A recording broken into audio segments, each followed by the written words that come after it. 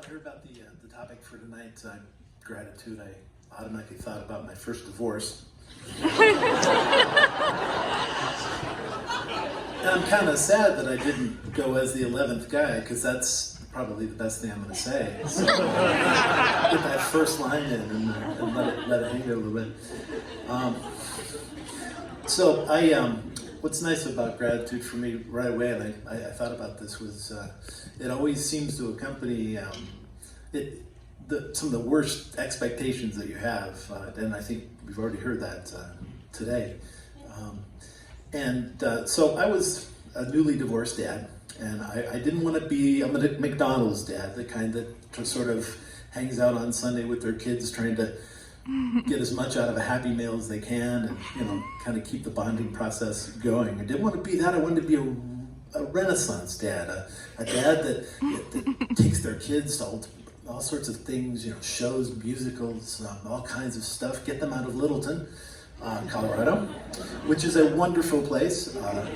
It's green. There are bike trails and big trees, and it's a wonderful place to grow up after you're already grown up and you want to continue to grow up. But for kids, it's probably less diverse than they would like. Very homogenous in a lot of ways. So I take them downtown. I take them all kinds of different places. And I remember once particular gratitude in the way they were treated by other people. We were in line at one of the festivals, in line with a food truck. Of course, I was being Renaissance dad, and we're going to try the interesting kind of food. What do you think? Gyros. Hey, you heard about that? All right, we'll try that. We're going, okay, that was great. And as we're standing there, a guy came up, definitely drunk. You could smell the vodka kind of from his pores. His clothes were not looking good, so I figured probably homeless. And that's when the suburban dad came out in me. I had the Renaissance dad, and I had the suburban dad, and I thought, oh boy, here's the homeless guy, here's my kids. We can't have this happen. I got to break this up.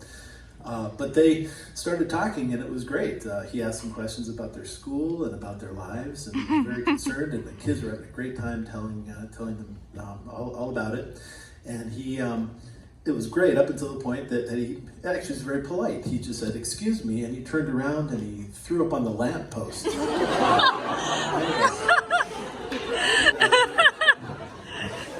he kind of wandered off, but he was very apologetic. And I have to tell this just right because my daughter is here as a witness. So it's a true story.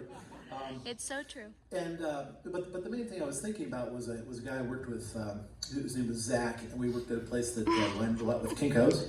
I had taken a break from teaching for a little bit and tried something enormously different.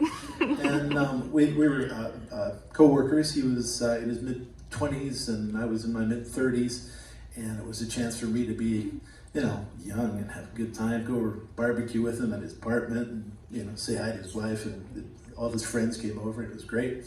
But he was a tragic figure.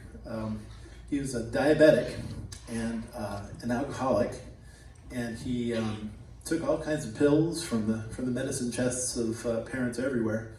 And he was very gaunt, just not a good color, but he was a wonderful guy. And he, I always think of Leaving Las Vegas, the movie where the guy knows he's got these bad habits, and no one can convince him that he's not heading downwards, but he still, kind of accepts it and makes for the best.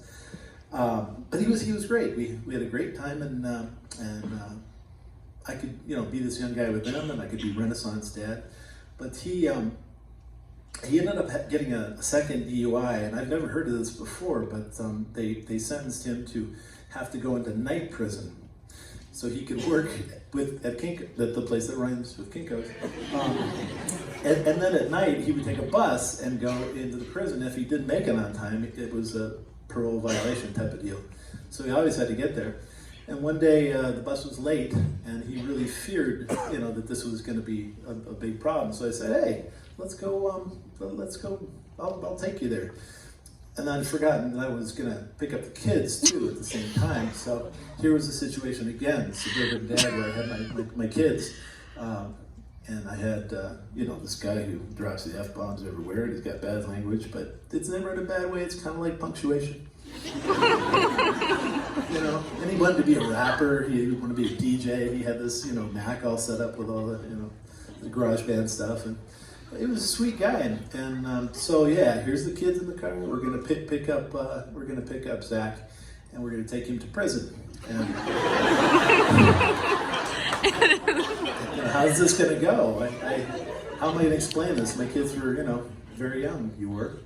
And so I kind of told him, this is what we're going to do. We're going to drop off Zach at a prison there. Oh, okay.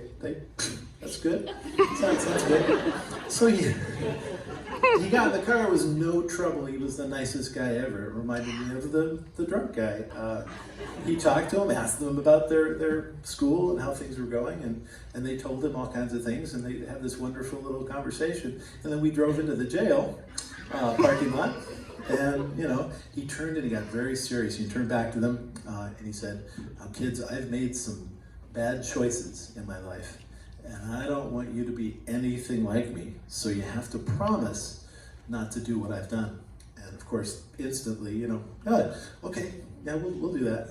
And he got out. And on the way home, I remember feeling compelled to say something about the fact we just dropped this guy off at the prison. The fact that, he probably didn't have a lot of time left, which is a lot to tell a kid, but they liked him so much, and it was a great situation. And I do hope he's still with us.